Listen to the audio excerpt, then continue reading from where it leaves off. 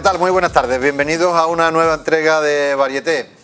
Ya saben ustedes que Carlos Gómez de Avellaneda, que nos acompaña habitualmente como este colaborador de cabecera que tenemos impagable y que tantos contenidos interesantes nos trae habitualmente, ya saben ustedes que desde hace poquito es el cronista oficial de Algeciras y no podíamos pasar la oportunidad, y así lo ha entendido él a la perfección, de aprovechar esta ocasión para hablar sobre esta figura del cronista oficial de Algeciras, a dónde se remonta y contar un poco toda la trayectoria. Y de eso vamos a hablar esta tarde. Carlos Gómez de Avellaneda, muy buenas tardes, bienvenido. Buenas tardes. ¿Qué tal? ¿Cómo estamos? Fenomenal, muy contento de estar en vuestro programa. Ya va llegando el buen tiempecito, ya la cosa... Pues sí, un poquito se nota, ya nos vamos dejando un poco... Pues el tema que nos trae hoy es que, bueno, pega bastante. Hablar de cronistas y de los cronistas que hemos tenido aquí. Claro. ¿Qué es la figura de un cronista? Bueno, el cronista antiguo era una especie de periodista de la época.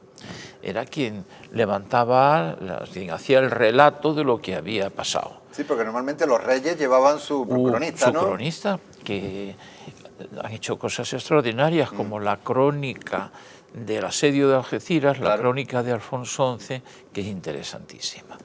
Pero en época ya moderna, contemporánea, el cronista pasa a tener otras funciones, que es la de ser representante de la cultura local. Sí.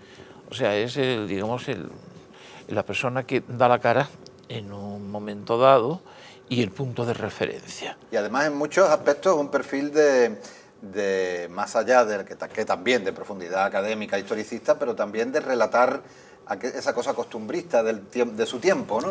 Efectivamente. En esto era... Bueno, ya hablaré cuando enumere los cronistas, que hay muchas cosas que tratar. Un cronista moderno tiene que ocuparse de canalizar todas las corrientes culturales y todas las inquietudes culturales, tiene que estar en contacto con las asociaciones, servir de vínculo entre el ciudadano y el ayuntamiento.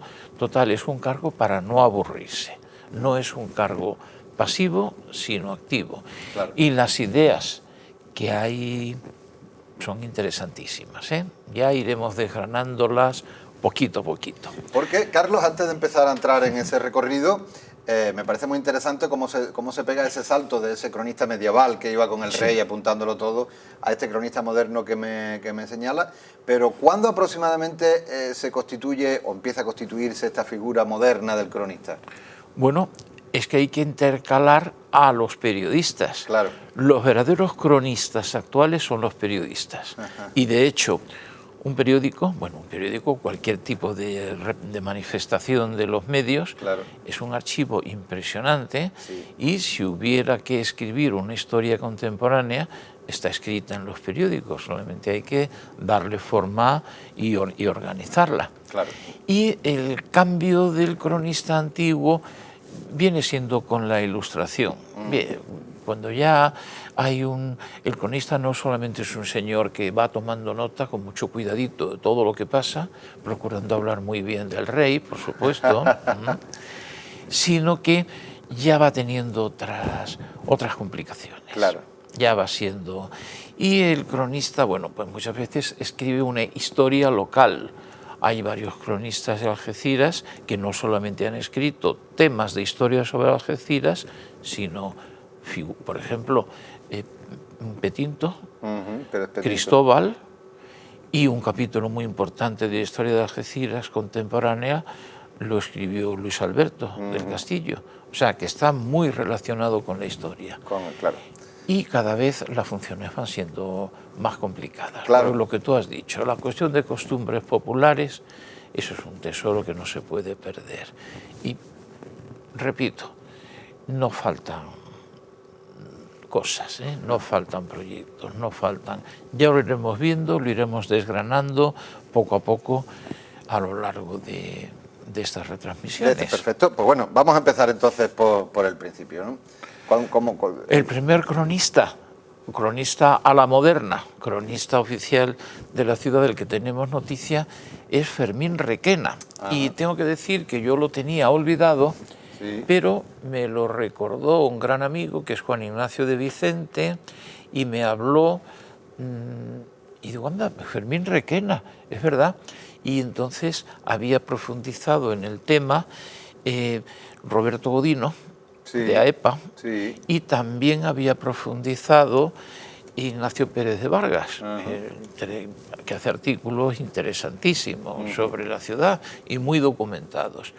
Y efectivamente, yo me acordaba de Fermín Requena como autor de 2 libros de historia sobre Algeciras, pero no que había sido cronista, porque fue una cosa muy fugaz y muy rápida. Vamos a ver de nuevo a Fermín, el primero, el anterior. Sí. Bueno, estos montajes están hechos por mi hija porque tengo la intención de tener en la oficina del cronista, a ser posible, o muy cerca de ella, un espacio expositivo dedicado a los cronistas. Ah, muy bien. O sea, hagamos justicia ante todo a los que nos han precedido.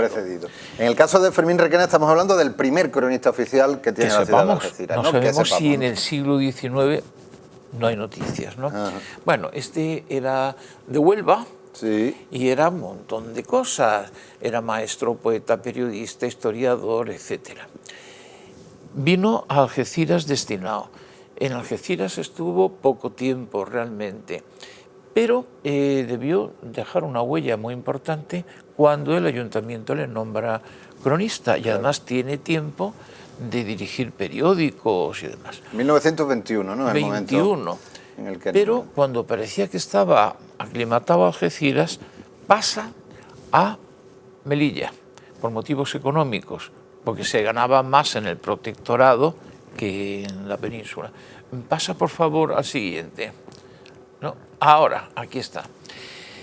Escribe 2 obras. Algeciras durante la dominación musulmana, en el año 21, y lo publica en Melilla. Y luego ya, en época mucho más tardía, en el 56, estudia los 2, vamos a llamarle, reyes que hubo en el Emirato Independiente de Algeciras cuando el periodo de taifas. Claro, vemos que ahí él ya vivía en Antequera, pero a pesar de eso seguía publicando. Exactamente, es curioso que estas 2 cosas están publicadas fuera de Algeciras. Y este hombre, bueno, su figura es importantísima. Es importantísima como poeta, como andalucista, o sea, su influencia se está descubriendo ahora. Y igual que muchos cronistas tienen su obra centrada en una ciudad, es el caso de Cristóbal Delgado, este hombre tiene su obra en el exterior y fugazmente tiene cosas de Algeciras. Bien, pasamos al siguiente. Bueno, aquí hablamos de que trabaja mucho en toda la cuestión de derechos humanos, derechos educativos. Es un, digamos, pionero total, pionero del pacifismo. Luego la integración, lo que se consiguió en el protectorado, que era la integración entre, digamos, el elemento nativo de allí y que estaban integradísimos y demás, ¿no?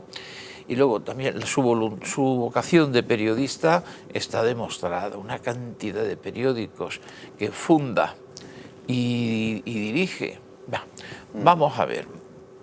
La siguiente, por favor. Seguimos con Fermín Requena, ¿no? Mayor. He encontrado una foto mayor, pero es que la foto es muy mala. Mayor. No se sabe quién está más tropeado, si el personaje o la reproducción de la foto. Bueno, luego pasa a Algeciras de nuevo. También está muy poco tiempo.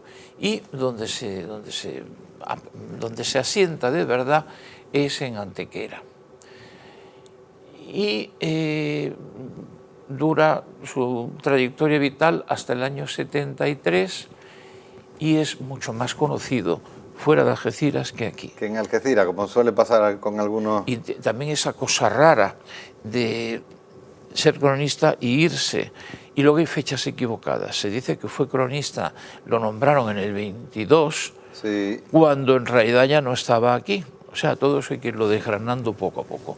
Vamos a ver el siguiente. Bueno, él deja su primera semilla hasta que llega este probablemente primer cronista ya conocido, ¿no?, por la ciudadanía. Efectivamente, es el que siempre se tiene normalmente como el primero.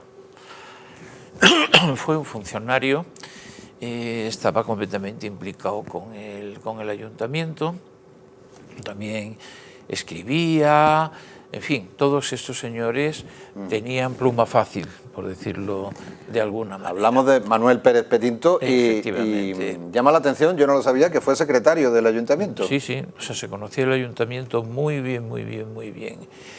Y también le pasó como a Santa Cana, que debió tener acceso a mucha documentación del ayuntamiento que luego pues, se ha utilizado menos. Lo que yo valoro más en este hombre, más que su historia de Algeciras, es el haber hecho la primera biblioteca pública municipal, que le costó bastante esfuerzo en el año 23 y que es la madre de lo que tenemos ahora. Hoy en día. No recuerdo dónde estaba esta primera biblioteca, pero luego yo lo que conocí de niño era la biblioteca que estaba en la Avenida de las Fuerzas Armadas. En lo que ahora es la Sociedad Algecireña de Fomento, ¿no? Tengo entendido. Que era un solo cuarto, ¿no? Muy grande. Bueno, estaría en otro lado, estaría quizá en el mismo ayuntamiento, no lo sé. Pero lo que yo he conocido era un cuarto muy grande y con obras muy interesantes, que estaba bastante bien. Eso sin desmerecer de lo que vino después. Vamos a ver el siguiente. Bueno, hay que recordar que en su memoria la biblioteca del Saladillo se llama Biblioteca Pérez Petinto. Y es muy justo que se llame así. Claro. Bueno, aquí tenemos una caricatura de José Román. José Román era un gran caricaturista. La persona que mejor conoce la trayectoria de José Román es nuestro amigo Andrés Bolufer, que es historiador del arte y, vamos, digamos que es quien más sabe de Román. Tenemos que Pérez Petinto en el 44... escribe su obra, que está muy documentada, Historia de la muy noble, muy patriótica, excelentísima y tal, pero no se publica, porque eran tiempos muy difíciles. Y conseguir que se editara una obra en España en aquellos años complicadísimos, pues era... Y esta obra permaneció 60 años sin editar. Es cronista desde el año 48. Y murió en el 53. Ejerciendo su cargo, fue un cronista hasta su fallecimiento. Vamos a ver en la siguiente diapositiva. Aquí lo tenemos ya mayor. 60 años después se consiguió publicar su obra. Y lo hizo el Instituto de Estudios Campo-Gibraltareños y la obra está, digamos, anotada por un equipo muy bueno de historiadores del instituto, coordinados por Luis Alberto del Castillo, de quien hablaremos ahora. A continuación. Y desde luego tardó 60 años, pero la edición es extraordinaria. Porque esa historia de Algeciras es ese libro en el que él se detiene, ¿no? En las cosas anecdóticas, ¿no? Trabaja mucho una cosa que es interesantísima, que no es la historia de batallas, sino de instituciones, y muy interesante esa historia. Y es hija de la época. La fraseología patriótica y todo eso es propio de ese momento. Vamos a ver qué tenemos. Bueno, Juan Pérez Arriete, el siguiente cronista oficial. Que era casi desconocido en Algeciras. Y su figura la estudió y la reivindicó Luis Alberto del Castillo. Este ya es algecireño, como el anterior. Y aquí, bueno, pues tiene su trayectoria. También es administrativo de ferrocarriles, funcionarios, en fin, trabaja es secretario general de la Cámara de Comercio, etc. Vamos a ver la siguiente foto. Bueno, fue periodista también, ¿no? Hasta 19 periódicos, ¿no? Esto de ser periodista va inherente al cargo. A la figura del cronista, ¿no? Por lo que se ve, sí. Y sé qué bonito sería tener todos los periódicos que se imprimieron en Algeciras, que fueron muchísimos. Alberto Sanstrellez los tiene estudiados, irlos localizando, porque tiene que haber ejemplares donde menos nos esperamos y tenerlos todos. Eso sí que es una crónica de la ciudad. Claro, inevitablemente la palabra cronista viene de crónica, que es en sí mismo un género periodístico, ¿no? Parece como inevitable que tuvieran esa afición. Vamos a ver. Y ahora tenemos muere Petinto en el 53 y lo sustituye oficiosamente. O sea, que por vocación cubre sus funciones. Sin una designación y sin nada, se encarga de continuar, ¿no? Los cronistas no tienen asignación. Y él, hasta el año, si me acuerdo, hasta el 60, un año antes de morir. O sea que el pobre hombre, pues oficialmente estuvo muy poco tiempo y más bien lo hicieron cronista como mérito a haber ejercido de cronista. Claro. Vamos a ver la siguiente. Bueno, fundador de... Seguimos viendo su perfil periodístico, ¿no? Pero también incide en la Cofradía del Cristo de Medinaceli. Sí, muy vinculado con la vida de la ciudad. Veíamos antes también que había escrito pregones y tal, ¿no? O sea que participa, su pluma participa mucho de la vida de la ciudad. Y con mucha justicia se le ha dado una calle, una avenida. Sí, una avenida donde está el Corte Inglés. Efectivamente, muy cercana. Y ahora hay un problemón que viene en el texto. Su extensísima biblioteca, vendida por su familia alrededor de 1965, ¿cuántas cosas se habrán perdido? Se habrán perdido, ¿no? Porque lo vendió, si pero se no se hubiera sabe a quién, podido recuperar en fin. Y lo peor, los manuscritos de un montón de obras suyas, pues se han perdido. De cosas que no llegó a editar. Es una pena que estas cosas sean de esta manera. Claro. Hay una cantidad enorme de algecireños que mueren y sus familias tienen una temporada sus papeles y cuando pasa una generación se tiran. Se han salvado, por ejemplo, cosas del archivo del primer, director, del primer coordinador de la asociación para conseguir el Museo de Algeciras, de José Rivera Aguirre, sí, que era un hormiguita, que lo guardaba absolutamente todo. Y tengo entendido que eso se ha podido salvar. Ahora lo que haría falta era clasificarlo. Otra cosa tremenda es un investigador, pero en otro campo, que es Lucas Millán. Lucas Millán, en los años 60, compró la máquina de fotos más importante que había en Andalucía. Era una máquina alemana, era así de grande, con una caja de madera terrible. Lo sé porque por la sierra he cargado también alguna vez con ella. Y hacía unas fotografías de formato gigante, de 6x6, sobre arte prehistórico. Entonces, él descubrió pinturas de arte, o sea, abrigos con arte prehistórico y además sería muy interesante todas esas fotos que hizo de arte prehistórico, compararlas con el estado de conservación actual. Claro. Que sobre el arte prehistórico ha actuado desde vandalismo a la cuestión del cambio climático. La erosión y todo. El cambio climático implica que, por ejemplo, hay especies de líquenes que desaparecen y entonces aparecen pinturas que no se conocían y viceversa. Y viceversa, hay otras que se tapan, ¿no? Y ahora estos fondos extraordinarios, también tenía una gran biblioteca. Bueno, vamos a ver la familia si se llega a algún acuerdo con ellos. Bien, pasamos al siguiente. Bueno, don Cristóbal Delgado, probablemente el cronista más recordado, ¿no? Más recordado, el que estuvo más tiempo, estuvo 40 y tantos años, sí, y cogió tiempos difíciles también, de trabajo muy paciente. Sí. Decía Martín Bueno, el sacerdote, historiador, que le valoraba a Cristóbal muchísimo su poco apego al dinero. Él dirigía una serie de cosas y él no quería, no hablaba nunca de cobrar, era puramente vocacional. Fue el alma de la biblioteca que ha llevado su nombre. Su nombre, sí. Y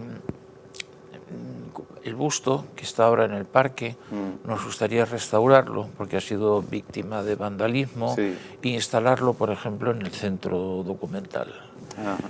Pues también polifacético, historiador, músico, etcétera, etcétera, etcétera.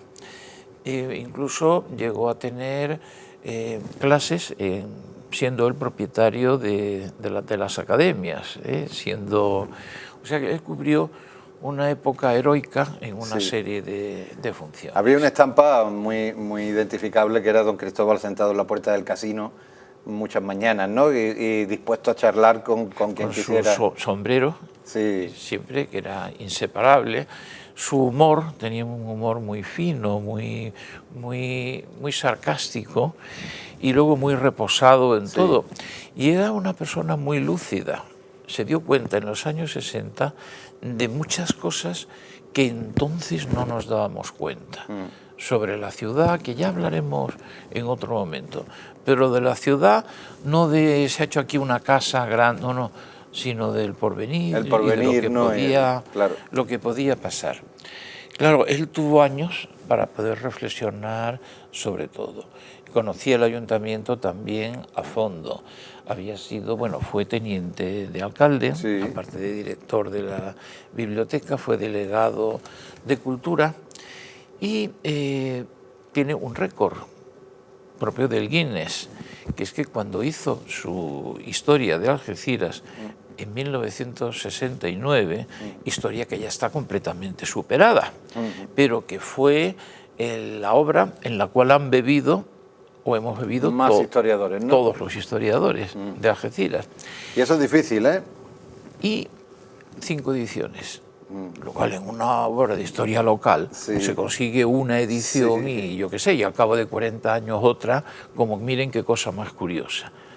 Pero 5 ediciones significa varias cosas. Significa que la ciudad creció galopantemente, que la ciudad ha crecido mucho de aluvión, que viene destinado a Algeciras y se queda en Algeciras y se acaba haciendo de Algeciras.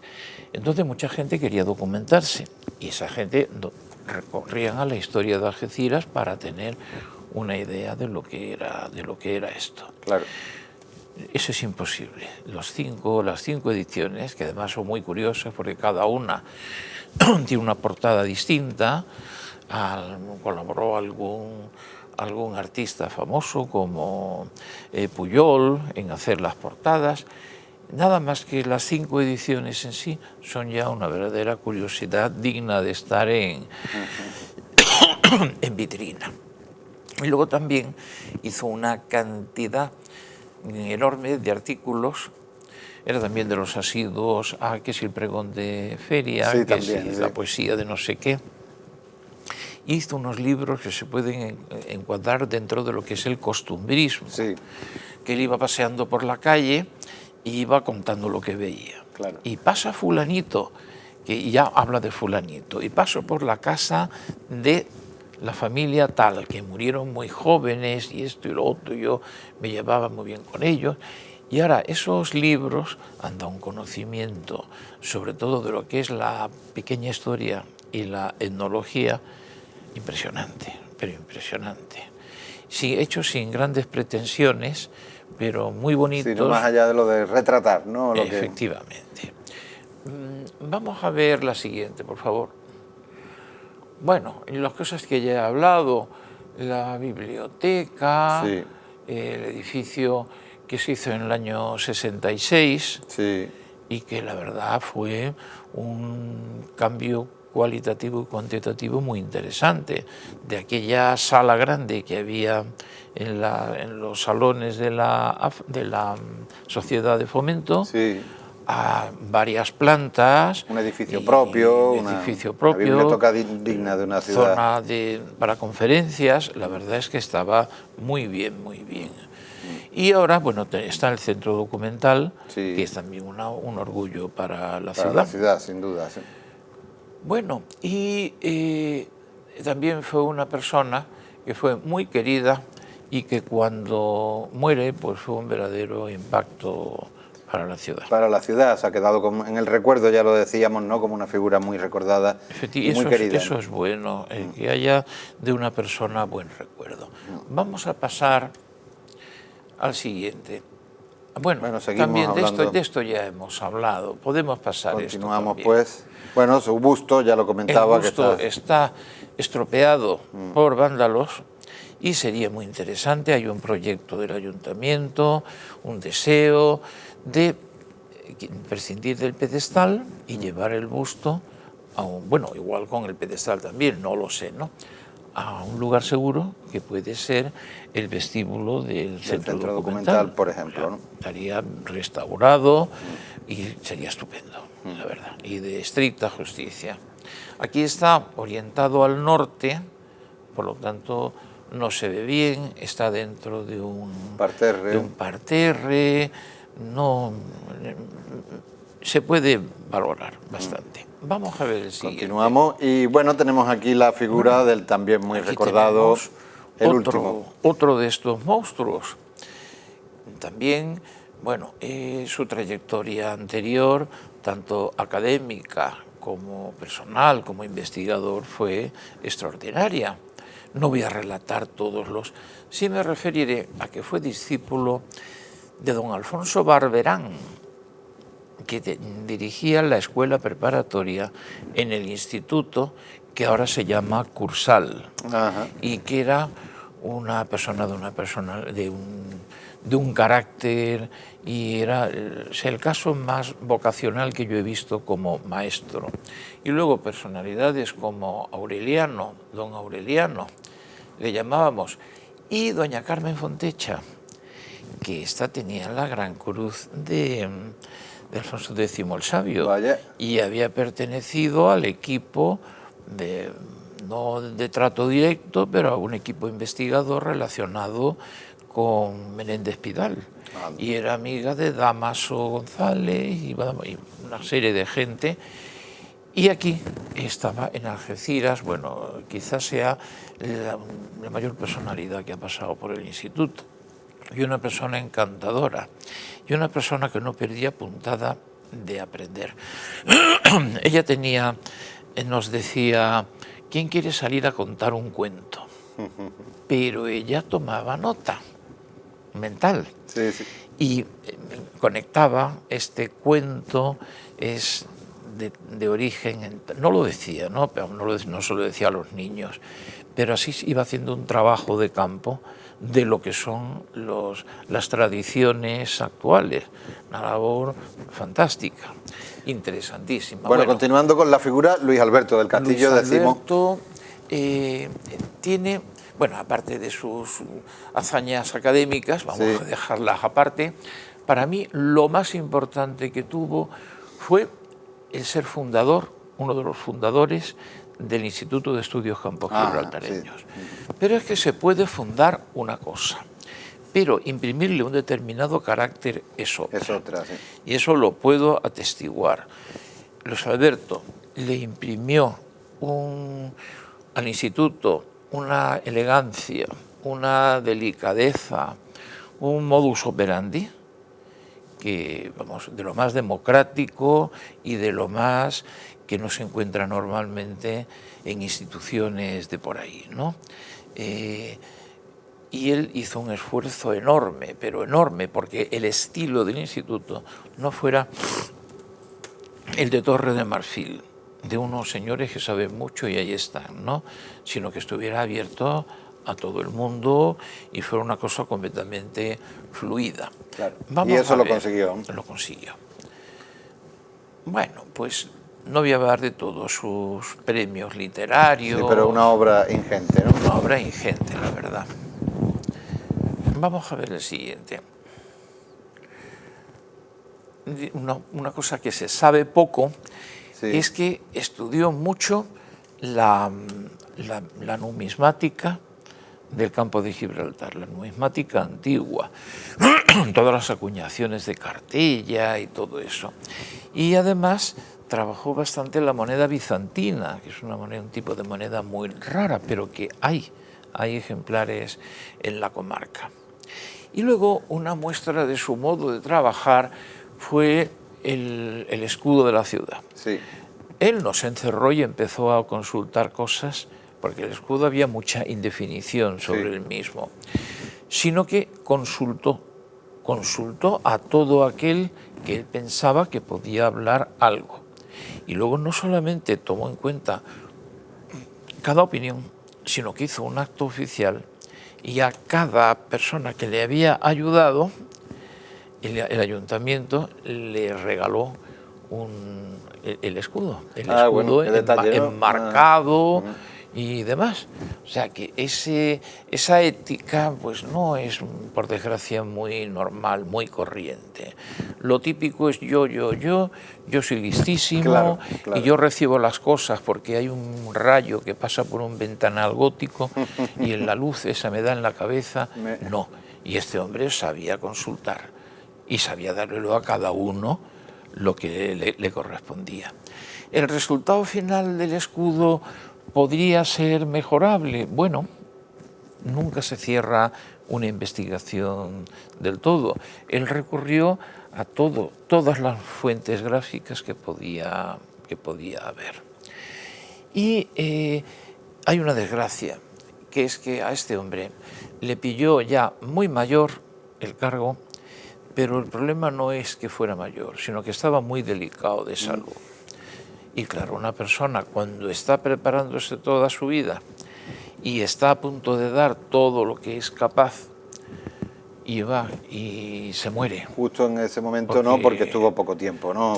Estuvo poco tiempo, relativamente poco tiempo, y la verdad es que de haber durado unos años más, pues hubiera podido seguir haciendo cosas interesantísimas. Pues Carlos, en este recorrido, se nos acaba el tiempo, en este recorrido que estamos haciendo, no sé si tienes en el tintero alguna imagen más, porque entiendo que no, porque ha terminado el itinerario por la historia de los cronistas, pero bueno, como itinerario que estamos haciendo por la historia de los cronistas oficiales de Algeciras, historia de Algeciras es ya que el siguiente en la lista, cronista oficial de la ciudad, es Carlos Gómez de Avellaneda, con quien estamos hablando en este momento. Comentabas hace un momento acerca de la capacidad que tuvo Luis Alberto del Castillo de ser catalizador de todo aquel que hacía algo, y ya en alguna ocasión nos has comentado que esa base es un poco tu obsesión, ¿no? De ponerte... Total, obsesión total. Cada persona tiene dentro unas capacidades y a mí me encanta sacar esas capacidades de la gente. Pues bueno, Carlos, el cronista, como decimos, viene de la crónica y viene del periodismo, y como periodista pues no me queda menos que decir que esa historia está todavía por contar, por escribir, y estaremos encantados de seguirla paso a paso porque es la que continúa en este libro de la historia de los cronistas oficiales de Algeciras, que de manera tan detallada y tan bonita nos has repasado en este programa. Así que bueno, desearte mucha suerte, ya lo hemos hecho en otra ocasión, pero en esta ocasión no cabe menos que eso. En realidad me va a hacer falta suerte para ponerme a la altura de los que me han precedido. Bueno, creo que vamos a comprobar que es así, porque estoy plenamente convencido. Carlos Gómez de Avellaneda, cronista oficial de la ciudad de Algeciras, muchas gracias una vez más por... Gracias a vosotros por todos estos años, como nos habéis estado tratando a la trocha, la verdad. Pues por cierto, adelanto una cosa. Sí. La trocha va a dar una sorpresa, porque entrará a formar parte de una institución internacional europea importantísima. No me diga. Pero eso preferimos que lo diga Pilar Pintor. Bueno, estaremos pendientes para contar esa noticia, lo garantizamos. Carlos Gómez de Avellaneda, muchas gracias por asistir al Gracias a vosotros. Y a vosotros, ya lo sabéis, muchas gracias, siempre os lo decimos, por estar al otro lado de las pantallas. Nosotros seguiremos aquí en Varieté, será en la próxima semana.